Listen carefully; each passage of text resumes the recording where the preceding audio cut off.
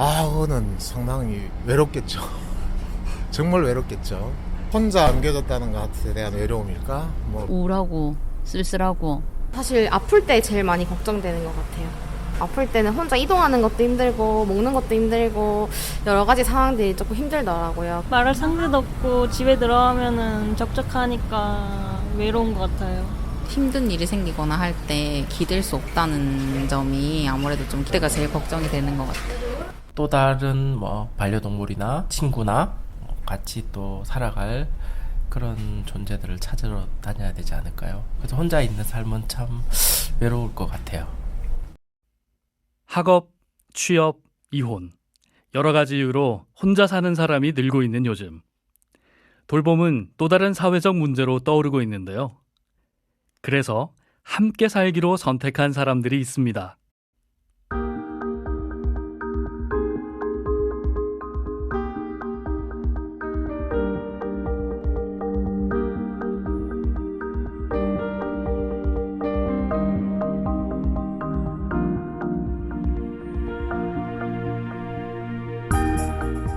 TVN 대구교통방송 추석특집 4부작 다큐멘터리 우리 가족 3부 어쩌다 가족이 되었습니다.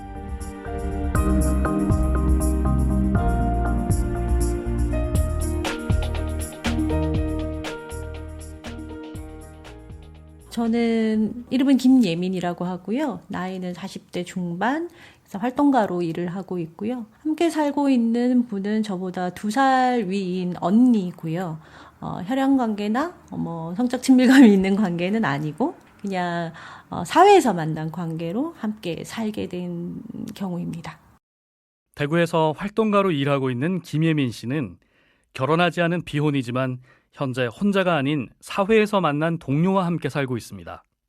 이제 제가 자취를 하고 있는 주거 형태가 보통 1인 가구들이 그때 당시에는 빌라에 속해 있는 원룸이 대부분이잖아요. 그 빌라의 원룸이라는 주거 환경 자체가 상당히 조금 열악하고 특히나 이제 1인 여성이 혼자 사는 사람으로서 되게 좀 불안한, 치안의 불안함? 그런 것들이 있는데 이제 아파트라는 안정된 공간에서 이제 살고 있는 지인이 있다 보니까 그래서 그때는 그런 경제적인 문제하고 그다음에 취향이 이 정도 맞으면 같이 사는 것에 크게 문제가 없겠다라는 생각을 했고 여자 혼자 산다는 건 여러 가지로 불편이 따르는 일입니다. 예민 씨도 무엇보다 안전하게 안정적으로 살고 싶다는 욕구가 커질 수밖에 없었는데요.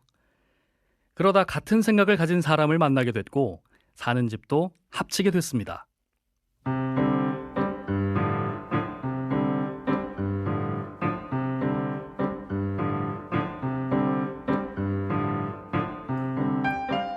하지만 동료로서 친한 것과 함께 사는 것에는 차이가 있었는데요. 처음에는 둘이 사는 것에 익숙치 않아 부딪히기도 했습니다. 그때는 30년을 각자 다른 라이프 스타일로 삶을 살아왔는데 어느 순간 한 공간에서 삶을 같이 꾸리려고 하니까 찌그덕거릴 수밖에 없잖아요. 그래서 사실 초반에는 그런 것들이 좀 힘들었는데 사실 지금은 불편한 점은 거의 없어요. 저희가 굉장히 오랜 세월을 함께 보냈기 때문에 서로가 뭘 좋아하는지를 잘 알고 있어서 라면 하나를 먹어도 언니가 좋아하는 라면과 제가 좋아하는 라면이 달라요. 이제 그런 것들이 사실은 재미죠. 우리는 이렇게 다르구나. 각자 혼자서 살다가 같은 집에서 살게 된 것이 뭐가 그렇게 특별한 일이냐고 할 수 있지만 누군가와 함께 살게 되면서 예민 씨는 혼자 살 때 느껴보지 못했던 심리적 안정감을 얻었다는 것이 가장 큰 변화라고 말합니다. 집은 합치고 같은 공간에서 거주를 하는 것은 맞는데 그때는 사실 동거의 개념보다는 자취의 개념이 더 강했던 것 같고요. 저희가 생각했을 때는 이 동거인의 개념으로 진입을 하게 된 계기는 코로나였다고 생각을 하거든요. 이제 코로나가 터지고 사람들이 대부분 이제 고립된 생활을 하는데 그 고립된 생활 중에서도 돌봄이 너무너무 필요하고 절실했거든요. 특히나 아프면 어떡할 것인가, 실제로 코로나에 걸리면 어떻게 할 것인가에 대해서 고민을 했고 이것이 동거인으로서 돌봄의 일종의 의무나 책임감이 생긴 거죠. 그 돌봄에 대해서 서로의 어떤 의무감이나 책임이 생기는 순간 그것이 동거의 영역으로 들어가는 게 아닌가 하는 생각을 하게 되더라고요. 그렇게 서로가 서로에게 책임감을 가지고 살아간다고 해도 현행법상 제도적인 차원에서는 서로의 보호자가 돼줄 수 없습니다. 두 사람은 가족이 아닌 동거인이기 때문이죠. 최근에 언니가 이제 귀 때문에 고생을 해서 병원에 입원을 한 적이 있었거든요. 병원에 입원을 한다든지 간단하게 아까 통신비 얘기처럼 이런 문제들이 생기면 그때부터 이제 문제가 되는 건 거예요. 이런 문제들은 저희 두 명이 더 나이가 들고 혹은 질병에 걸릴 확률이 점점 더 높아지잖아요. 그러면 더욱 심각한 문제로 다가올 거라는 생각이 들거든요. 저희 우스갯소리로 이렇게 얘기를 하거든요. 아프면 극빈자층으로 떨어질 거다. 아픈 순간 우리가 가난하다는 것을 절감하게 될 거다 이런 얘기를 하고 있거든요. 그런데 이것이 법적으로도 이제 두 사람이 어떤 보호를 받지 못한다거나 어떤 제도적인 장치가 없다며 저희가 소위 말해서 사회적 비용이 많이 들어가는 이제 그런 계층으로 전락하게 될 것은 불을 보듯 뻔한 일이죠. 미래를 생각하면 아직도 막연한 불안감은 있지만 그래도 함께 살아간다면 같이 극복해 나갈 수 있을 거라 믿는다는 김예민 씨. 그럼에도 우리 사회가 조금만 더 유연하다면 이런 걱정 없이 살 수 있지 않을까 하는 생각에 한편으론 아쉬운 마음도 든다고 합니다. 우리나라가 다양성에 대한 인식이 조금 부족한 것 같은데 그게 가장 많이 드러나는 게 저는 가족이 아닌가 싶거든요. 일례로 최근에 이제 아들을 군대에 보낸 이제 어머님이 계시는데 이제 가족들이 다 이제 군대에 들어간다고 다 이제 보낸다고 이제 인사를 하는데 가족만 면회가 가능한 거예요. 거기에는 가족이 없는 사람이 있을 수도 있고 그 가족을 누구로 볼 것인가 하는 문제. 너무너무 친한 친구가 군입대를 한다고 나를 보러 왔는데 가족이 아니어서 볼 수가 없는 거죠. 되게 이러한 예들이 구석구석이 되게 많아요. 소소하지만 굉장히 많거든요. 학교에서도 마찬가지고 병원에서도 마찬가지고 가족이 의외로 사회의 기본적인 단위임을 뼈저리게 체감하는 것들이 사회 구석구석에 있어요. 그래서 좀 우리가 열린 마음으로 제도를 보거나 다른 사람들을 보거나 나와 다름을 인정하거나 이런 것들이 이 가족 문제에서부터 좀 출발을 하면 어떨까.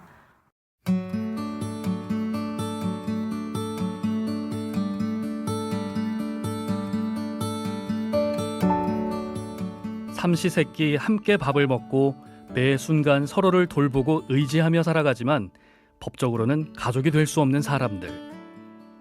가족이라는 이름으로 묶여 있지만 1년에 얼굴 한번 보기 힘든 사람들. 과연 우리에게 가족은 어떤 사람들인 걸까요? 뭐가 가족이야? 라고 묻기보다는 너는 누구와 함께 삶을 사는 게 행복해? 좀 길어지죠? 당신은 누구와 함께 삶을 보낼 때 행복하십니까? 라는 질문.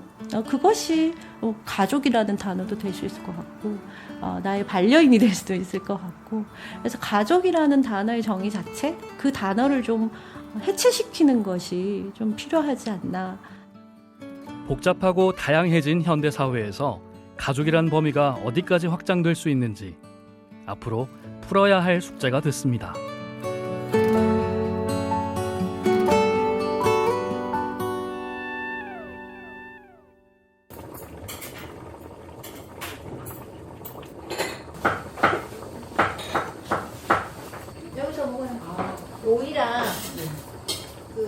어쩌다 가족이 되어 함께 살고 있는 또 다른 가족이 있습니다.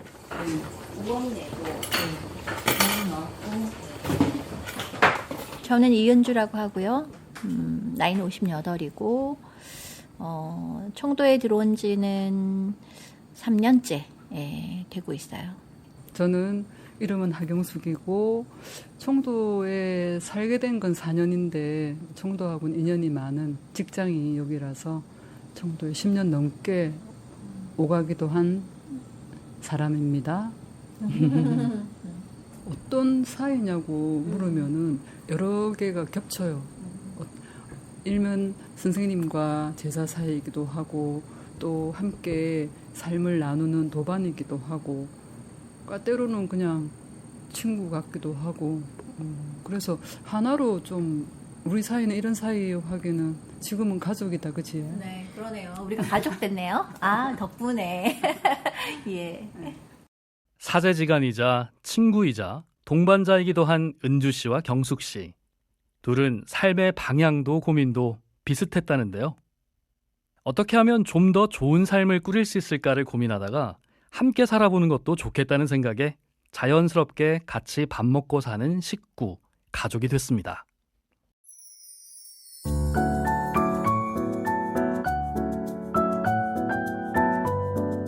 함께 살게 됐으니 가사 분담도 필요할 텐데요.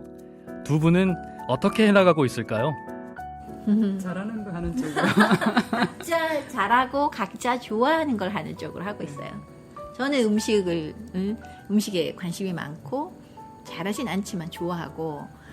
저는 치우는 거, 정리하고 밭에 뭐 음식물 퇴비 만들고 이런 걸 또 좋아하니까 주로 그런 걸 해요. 정리정돈을 좋아하고.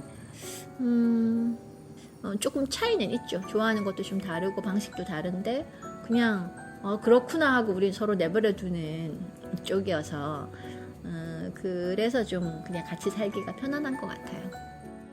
같이 살다 보니 혼자 살 때와는 달리 삶을 좀 더 부지런히 알차게 꾸려갈 수 있게 됐다는데요. 함께 서로 걱정해주고 위해주는 관계를 우리는 가족 말고 뭐라고 부를 수 있을까요? 일단 저는 잘 챙겨 먹어요. 덕분에. 선생님 덕분에, 예, 선생님 덕분에 아침을 안 먹고 가면 좀 신경 쓰시는 것 같아서 또 하여튼 조금 더 부지런해지는 것 같아요. 좋은 거는 아마 뭐 100가지도 더 되지 않을까.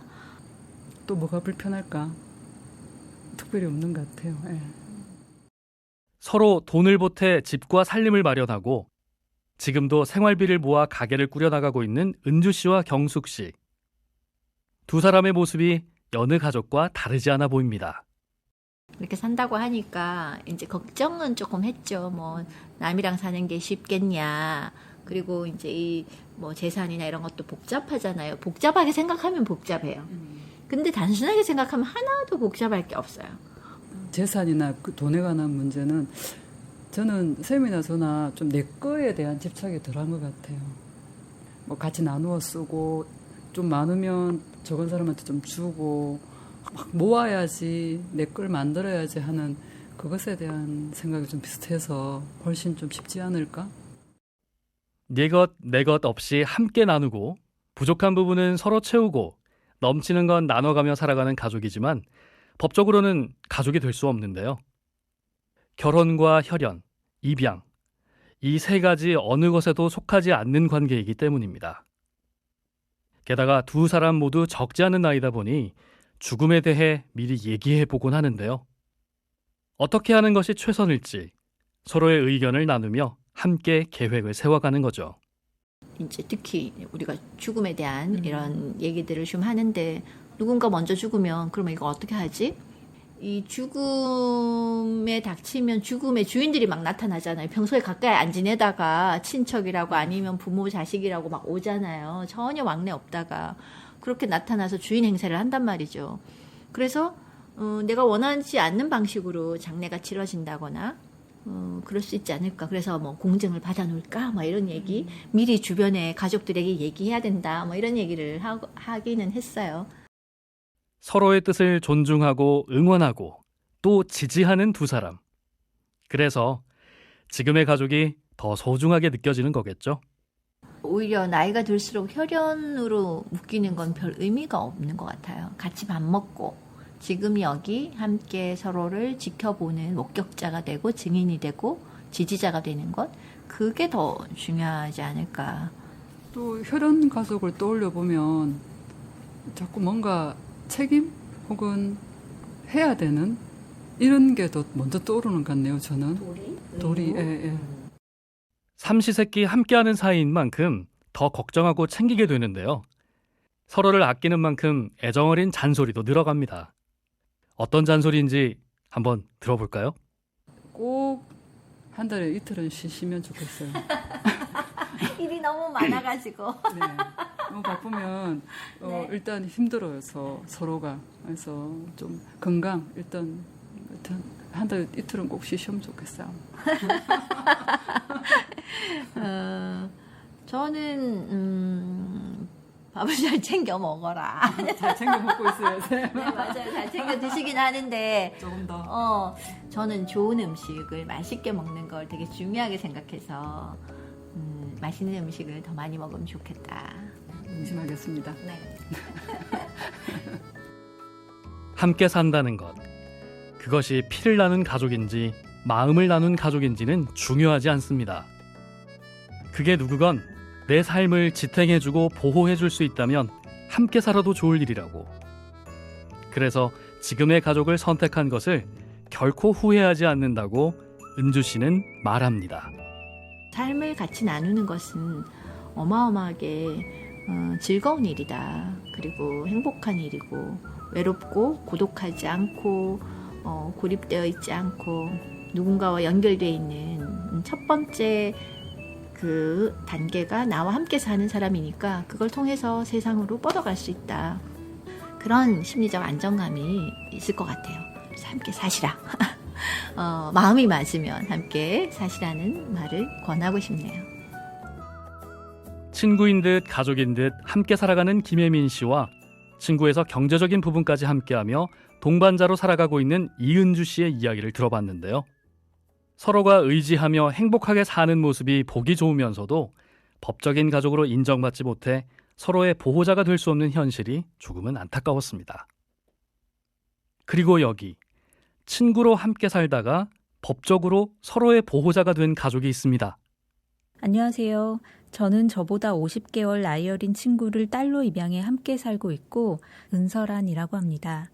저희가 처음부터 가족이 되고 싶은 건 아니었어요. 시골에서 비혼 여성 1인 가구로 살면서 사회적 안전망이 필요하다는 생각에 함께 살기 시작했고 나이가 점점 들면서 나에게 무슨 일이 생겼을 때 법적 권리를 대신해 줄 사람이 필요한 순간이 오면 어떻게 해야 할까 고민이 되기 시작했어요. 부모님은 저보다 먼저 돌아가실 것이고 먼 거리에 사는 형제가 제가 필요한 순간마다 와주진 못할 것이거든요. 그래서 믿고 의지할 수 있는 서로가 법적 보호자가 되어주면 좋겠다고 생각했습니다. 동성 친구 사이인 저희가 법에서 정한 가족이 되기 위해 남은 방법은 입양밖에 없었기 때문에 조금 더 무거운 책임과 의무가 따르는 입양을 선택할 수밖에 없었습니다. 15년을 혼자 살다가 친구와 함께 살게 됐다는 은설안 씨. 함께 산 지 4년이 됐을 무렵 두 사람은 어떻게 하면 서로를 책임질 수 있는 보호자가 될 수 있을까를 고민했다고 합니다. 현행법상 가족으로 인정되는 경우는 결혼과 혈연, 입양으로 제한돼 있기 때문인데요. 동성 친구끼리 결혼을 할 수도 없고 혈연 관계는 아니니 남은 건 입양밖에 없었습니다. 그렇게 1년쯤 고민하고 난 뒤 입양을 결심하게 됐다는데요. 성인 입양은 의외로 절차가 간단했다고 합니다. 양부모가 될 사람이 성년이고 또 양자가 양부모의 존속이나 연장자만 아니면 됩니다. 그래서 양자 될 사람이 하루라도 늦게 태어나면 가능한 것이죠. 주민등록상 생년월일이 하루만 차이 나도 가능한 것이구나 하는 걸 알았습니다. 결혼도 하지 않고 친구를 딸로 입양했다고 하면 부모님의 반응은 어떨까요? 다만 입양 전에 양가 어머니께만 말씀을 드렸어요. 두 분 다 혼자 살고 계시는데 살면서 위급 상황이 생겼을 때 법적인 보호자가 필요한 부분에 대해서 충분히 공감을 해주셨고 또 자식에게 법적 보호자가 생기는 것을 다행이다라고 생각을 하셨어요. 그래서 또 그러면서 그 방법이 입양인 것은 전혀 문제 삼지 않으셨습니다. 앞으로도 사이좋게 의지하면서 잘 살으라고 하셨습니다. 그렇게 어느 날 갑자기 가족이자 딸이 생긴 설안 씨. 뭔가 어색할 것도 같은데 오히려 마음이 편해졌다고 합니다. 입양을 하고 나서 이제 가장 가까이에 내 법적 보호자가 생겼다라는 심리적 안정감이 굉장히 컸습니다. 그래서 만약에 상황이 가급적이면 오지 않길 바라지만 또 언제 무슨 일이 생겨도 이제 옆에 대처가 바로 가능할 수 있다라는 든든함이 굉장히 커요. 친구 사이에서 모녀 사이가 된 설안 씨네 가족. 이 모양새 이상한 과정을 거치고 나서야 가족으로 인정받을 수 있었다는 사실이 웃기면서도 서글프다고 하는데요. 결국 이런 선택을 할 수밖에 없었던 데는 가족이란 이래야 한다는 고정관념이 한몫하고 있을지도 모릅니다. 태어나자마자 부모에게서 버려져서 가족이 없을 수도 있고, 또 살면서 사고로 가족을 잃을 수도 있고, 또 가족이 있어도 없는 것보다 못할 수도 있어요. 근데 가족이 없는 사람은 모든 것에서 소외되는 느낌이 듭니다. 제가 생각하는 가족은 동성간이건 이성간이건 나이차가 많건 적건 함께 있을 때 가장 편안한 사람과 서로 의지하고 돌보며 사는 관계라고 생각을 합니다. 우리가 가족은 식구라고 부르면서 식구는 왜 가족이 될 수 없을까요? 결혼이 더 이상 의무가 아닌 사회에서 결혼을 통해서만, 혈연을 통해서만 가족이 될 수 있다면 우리에게 가족이란 존재는 더욱 멀어질 수밖에 없습니다. 그래서 우리에겐 더 실질적인 제도로 인정받을 수 있는 진짜 가족이 필요한 것 아닐까요? 살면서 법정 대리인이나 보호자가 필요한 순간은 누구나 찾아오잖아요. 그 순간에 가까운 친구와 이웃이 그 역할을 할 수 있도록 가족이 아닌 넓은 범위의 사람에게도 그 권리를 부여해주면 좋겠습니다. 혼인이나 혈연에 의한 가족이 아니더라도 생활 동반자 관계에 있는 이들을 보호하고 또 권리와 의무를 갖게 하는 법이 있다면 저희가 이렇게 서로의 법적 보호자가 되어주기 위해 50개월 차이 엄마와 딸이라는 어찌 보면 이상한 가족을 만들지 않았을 거예요. 정상가족이라는 말이 있습니다. 여기서 정상이라는 것은 어떤 의미일까요? 엄마와 아빠, 한쪽이 없는 가족은 정상이 아닌 걸까요? 피를 나눈 가족은 아니지만 함께 밥 먹고 살 부대끼며 살아가는 사람들은 가족이라 말할 수 없는 걸까요? 이미 100만 명 넘는 사람들이 법의 테두리 밖에서 가족을 선택해서 살고 있는데요. 내일은 세상 모든 가족들이 어떻게 하면 행복할 권리를 인정받으며 살아갈 수 있을지 그 방법을 모색해보는 시간, 가족의 재발견으로 찾아오겠습니다.